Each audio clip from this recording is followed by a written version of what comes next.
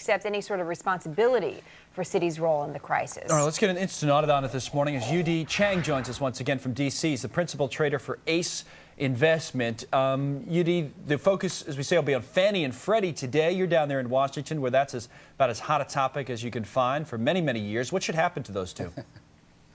Well, this inquiry is probably going to change the landscaping of the mortgage lending practice for years to come. So a little bit earlier, I was listening to you saying that, well, who's to blame? Is it really Freddie and Fannie for the housing boom as well as the bust, right? Basically, they're the one who's to blame, was being blamed, saying that they are promoting home ownership for pretty much everybody, even the one who eventually proven that they couldn't really afford it. Of course, that is with the encouragement of the government. So are they to be blamed? Or the people on the other side of the campus saying that, no, it's really not Freddie or Fannie for that matter. It's really the shady Wall Street practice lending that is to be blamed. So it's going to be interesting to see what comes out of this commission inquiry. You know, you take this story with also the story in the Wall Street Journal as well, Yu-Dee, about whether or not the banks are being totally transparent when it comes to the amount of debt that they're taking on. And it comes up to this question of whether or not we really have any sense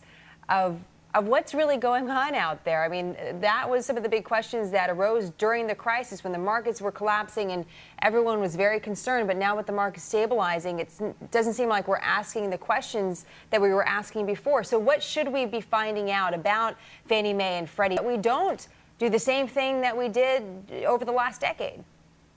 Yeah, it's kind of interesting too. We're human beings, right? So a little bit earlier, I was thinking about we overdrink, we oversleep, we overeat, and we overbought. So especially during the boom years, so it's a little difficult sometimes to find out until after it's already happened. So I think you're correct. I think visibility is important, transparency is important. I think enforcement of the rules are important as well. So I think, can we really stop this from happening again?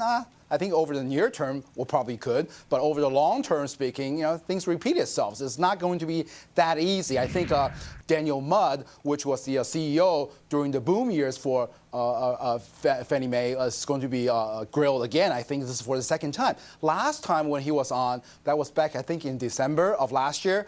He said basically he denies there was any wrongdoing, and he says that back then was a little tough with all the competitions coming to the market for them to for them to bet against the so-called riskier lending. So basically he's saying fear and greed drives the market, will drive their company. So sometimes without taking care of these fundamental basic things, it's not going to be that easy to prevent it again.